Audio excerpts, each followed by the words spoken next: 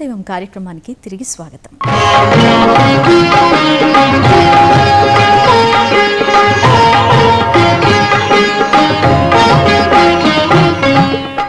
అంటే మీరు ఇప్పుడు ఇంత ఒక పక్కన సినిమాలతో ఇంత బిజీగా ఉంటూ ఉంటారు కదా, మరి మీకు ఎప్పుడైనా అనిపించిందా మేడం, అంటే ఫ్యామిలీతోటి స్పెండ్ చేయడానికి కృష్ణరాజు గారికి సమయం కుదరటం లేదు, మిస్ అవుతున్నామని? మిస్ అయ్యేది లేదు, ఎప్పుడు ఇంకా ఆయన కూడా ఉంటాను కదా నేను. ఎక్కడికి వెళ్ళినా ఇంకా అసలు నేను లేనిదే ఆయన ఎక్కడికి వెళ్ళేది లేదు. ఇంకా ఆయన కూడా ఉండి ఆయన సేవలు చేసుకుంటూ, ఆయనకి నేను వెళ్ళకపోతే ఏమి కుదరదు. భోజనం ఎక్కడ తిండ్రు బయట, ఎక్కడికి వెళ్ళినా ఇంటి భోజనం. అదే షూటింగ్కి వెళ్ళినా మన అందరికీ మన భోజనం వెళ్ళవలసిందే. ఈ రోజుకి కూడా షూటింగ్ భోజనం మేము తిన్నాం. నేను క్యారేజీతో పాటు ఆయనతో పాటు షూటింగ్లో ఉన్న వాళ్ళందరికీ కూడా పట్టుకెళ్తూ ఉంటాను భోజనం. అలాగే ఊర్లో వెళ్ళినప్పుడు కూడా అందరూ మా ఫ్యాన్స్ ఉంటారు కదా, ఎవరో ఒకరు ఇంట్లో చెప్పి నేను ఆయనకి వంటింట్లోనే చేయించేసి పట్టుకెళ్ళిపోతూ ఉంటాను అనమాట. మేడం రాలేదా మేడం రాలేదని అడుగుతుంటారు భోజనం కోసం. మీ ఫ్యాన్స్ అందరూ అక్కడ ఎక్కువ ఫ్యాన్స్ అయిపోయినట్టు వర్క్ చేస్తారు కదా, ఫ్యామిలీ కింద లెక్క. మొదటి నుంచి మేము అలవాటు చేసేవాడిని నేను. It's a family. మా వర్క్ చేసేవాడు వచ్చారంటే ఫ్యామిలీ గెస్ట్. ఎంతమంది 120 మంది 120 మంది ఉన్నాం కానీ ఆ 120 మంది కూడా మా ఫ్యామిలీ గెస్ట్ లాగా చూసేవాడు. చిన్న పెద్ద తేడా లేదు అసలు. Boy to director same. మా ప్రెసిడెంట్ గా కూడా 18 సంవత్సరాలు ఆయన ఏకదాటిగా ఓటు ఎలక్షన్ లేకుండా చేశారు కృష్ణరాజు గారు. 18 సంవత్సరాలు గ్రేట్ కదా, ఎవరు చేయగలరు? చాలా అరుదు అసలు. అందుకే మురళీమోహన్ గారికి చాలా ఇది ప్రెసిడెంట్ గా ఉండి ఎన్నో సేవా కార్యక్రమాలు, ఎన్నో వరద బాధ్యతలకి అన్నీ చేశారనమాట ఆ రోజుల్లో. అని ఇంకో గొప్ప విషయం ఏంటంటే అసలు నంది పురస్కారాలు అనేది ఒక కథానాయకుడి పాత్రలో, ఒక హీరో పాత్రలో మొట్టమొదట అందుకున్నది కూడా మీరే, అంటే ఆ ఘనత కూడా మీకే దక్కిందని చెప్పాలి. అప్పుడు మీ అనుభూతి ఏది, అంటే మీరు ఊహించారా అసలు మొట్టమొదటి నంది నేను అందుకుంటాననేది? ఏదో చిన్నపిల్లడికి ఏదో ఇస్తే తెలియనట్టు ఆడుకునే వస్తువులాగా ఆడుకుంది అంటారు చూడండి, అట్లా అనిపించింది నాకు తెలియలేదు దాని విలువ ఏంటో, అది ఎందుకు ఇస్తారో ఏమిటో. నేను ఏదో బాగా అంటే అందరూ రంగారావు గారితో సమానంగా యాక్ట్ చేశాను ఆ సినిమాలో అని కూడా. అది కూడా మీ మొదటి సినిమాకే నంది వచ్చింది. రంగారావు గారు అంటే అసలు మహానుభావుడు. ఆయనతోటి ఒక సీన్ చేశాం అన్నమాట. 2 రోజులు పడుతుంది అనుకున్న సీను 5 గంటలు అయిపోయింది. అలా ఆయన ఎమోషన్ నన్ను ఎంకరేజ్ చేసి ఒకసారి ఒక సీన్లో బాగా మాట్లాడాడు. నేను కూడా మాట్లాడుతాను, నన్ను ఆ రేంజ్ వద్దామని ప్రయత్నం చేయకు, నేనే కొంచెం దిగుతా, మన ఇద్దరం ఒక రేంజ్ వెళ్దాం అన్నాడు ఆయన. చాలా సంతోషం సార్ అన్న. అయిపోయింది. నువ్వంటే ఇద్దరు తిట్టుకోవడం లెక్కన, తిట్టుకోవడం ఒక విమర్శించుకోవడం, అలాంటి సీన్ అది. అయిపోయింది, అంతా అయిపోయిన తర్వాత నేను నమస్కారం పెట్టి, నేను మొగలుతో వస్తా, ఆ రాజులందరూ వచ్చేసి గురువు తెచ్చుకోండి అన్నడికి, మొగలుతో కోట కూడా వచ్చేవాడిని సరదాగా అన్నాడు. చాలా సంతోషం అండి. కానీ ఇంత గొప్ప పేరు మీకు వచ్చింది కదా, నాకు ఏదైనా ఒక టిప్ చెప్పండి యాక్టింగ్లో. ఏముందిరా, మనం యాక్ట్ చేయడం అంతే, ఆ క్యారెక్టర్ని అర్థం చేసుకోవడం. అది డైరెక్టర్లు నడిచావా, ఏదైనా సరే నువ్వు మొహాలు పెట్టు, ఇల్లు చూడు, అలా చూడు అంటారు. ఎందుకు చూడాలని అడుగు, ఎందుకు చూడాలని అడిగిన తర్వాత అక్కడ ఏముందని అడుగు, అది చూసిన తర్వాత దాన్ని ఏం చేయాలని అడుగు. ఇన్ని రకాల క్వశ్చన్లు ఇస్తే వాడు ఒళ్ళు మండిపోయి అటు చూసి మీరు కొంచెం బాధపడుతున్నారండి, ఏం బాధపడుతున్నారని అడుగు, ఇంకా కోపం వస్తాడు. అసలు మొత్తం నీ క్యారెక్టర్ అని చెప్తాడు. చెప్పిన తర్వాత అప్పుడు నువ్వు యాక్ట్ చేయి. అది సైలెంట్ ఎక్స్ప్రెషన్కి ఆయన ఇచ్చిన ఇదనమాట. నేను అడిగాను, మద్రాసులో మామూలు అంటే లేబర్ మామూలు 3rd గ్రేడ్ ఉండేవాళ్ళు, ఆడియన్స్ లో కేడర్ ఆడియన్స్ చూసేసిన థియేటర్ అది, రామ్ థియేటర్ ఉంది అక్కడ. అక్కడ ఈయన ఒక సినిమా ఆడుతున్నాను అనమాట. ఆ సినిమాలో ఈయన ఎక్స్ప్రెషన్ ఇస్తాడు, ఎక్స్ప్రెషన్ సైలెంట్, నో డైలాగ్.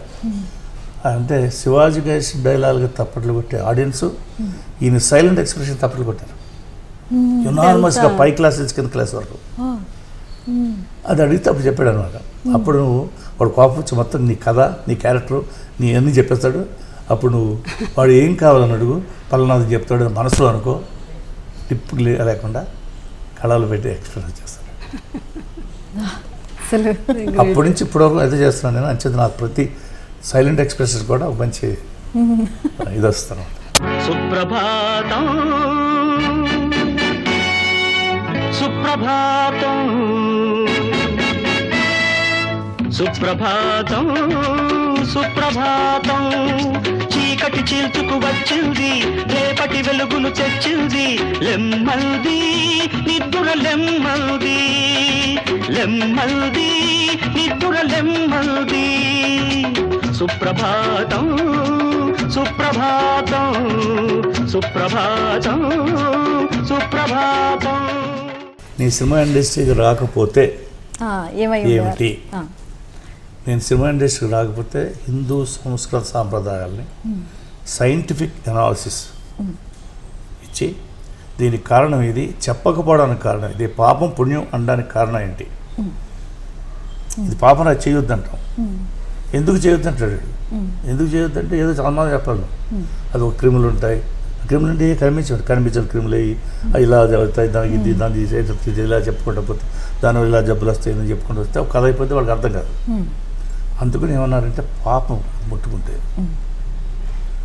ముట్టుకోకూడదు అంతే, ఇలాంటివి చెప్పారు మనకి. చెప్పి పాపం పుణ్యం అని చెప్పి మంచి చెడ్డ ధర్మం అధర్మం అని చెప్పారన్నమాట.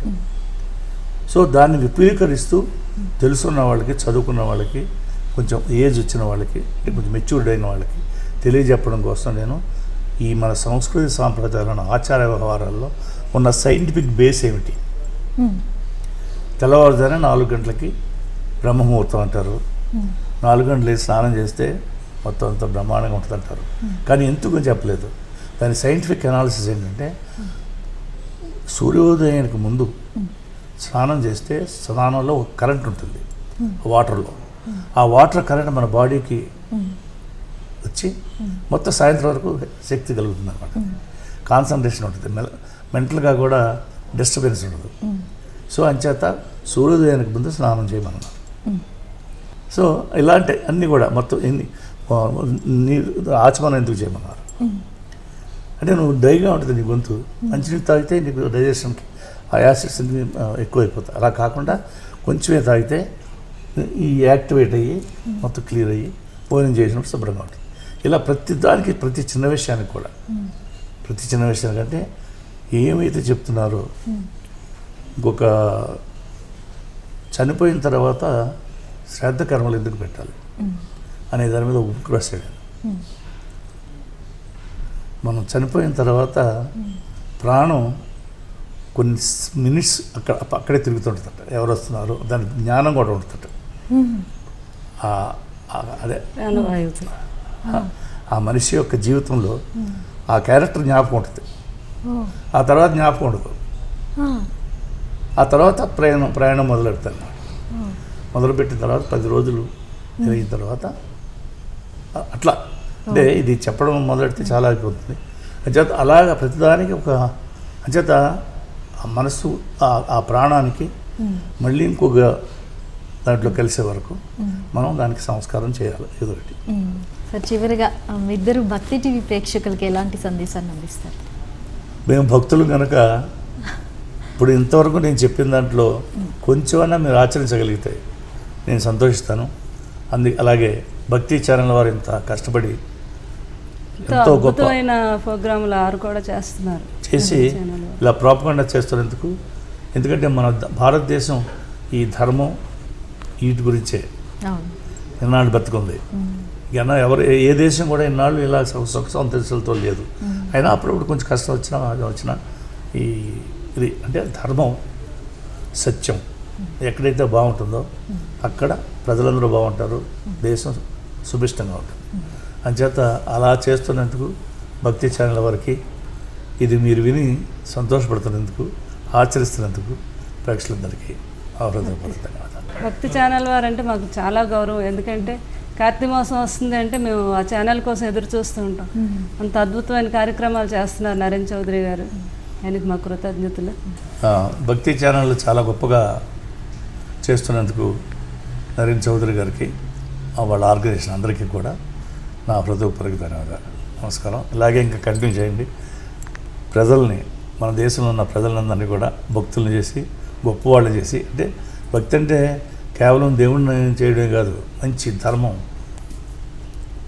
ఆ ధర్మమే రక్షిస్తుంది దేశాన్ని. దాన్ని అలా మీరు ప్రాపగండా చేస్తున్నందుకు ప్రత్యేకంగా మీ అందరికీ ధన్యవాదాలు. ప్రేక్షకులందరికీ కూడా ఆచరించమని, తెలుసుకోమని, ధర్మం ఎక్కడుందో ధర్మం 4 పాదాల మళ్ళీ నడవడానికి మీరు ప్రయత్నించమని, మీరు ఇంత ప్రయత్నం చేస్తే ఉడతా భక్తిగా రామాయణంలో ఉడత ఏం చేశాను అనుకునేలా కాకుండా మీరు మొదలుపెట్టారంటే దేశం అంతా సుభిక్షంగా ఉంటుంది, ధర్మం 4 పాదాలు నడుస్తుంది, మనందరం మన పిల్లలందరూ సుఖంగా ఉంటారు. సంతోషం. చూశారు కదండి, ఈనాటి ఇష్టదైవం కార్యక్రమంలో సినీ మరియు రాజకీయ ప్రముఖులు డాక్టర్ కృష్ణంరాజు గారు, వారి భార్యామణి శ్రీమతి శ్యామలాదేవి గారు వారి మనసులోని ఆధ్యాత్మిక విశేషాలన్నింటినీ పంచుకున్నారు కదా. ఇది ఈ వారం ఇష్టదైవం. మరో ఇష్టదైవంలో మళ్ళీ కలుసుకుందాం. అంతవరకు సెలవు మరి. నమస్కారం.